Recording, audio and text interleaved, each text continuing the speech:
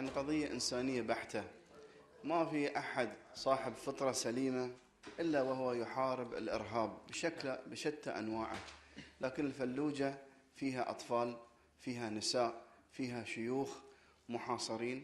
الآن أكثر من 10,000 أسرة محاصرة منذ 4 أشهر، بدأوا يأكلون علف البهائم، وإلى درجة أن المواد الغذائية ارتفعت بسعر خيالي ولا توجد هذه.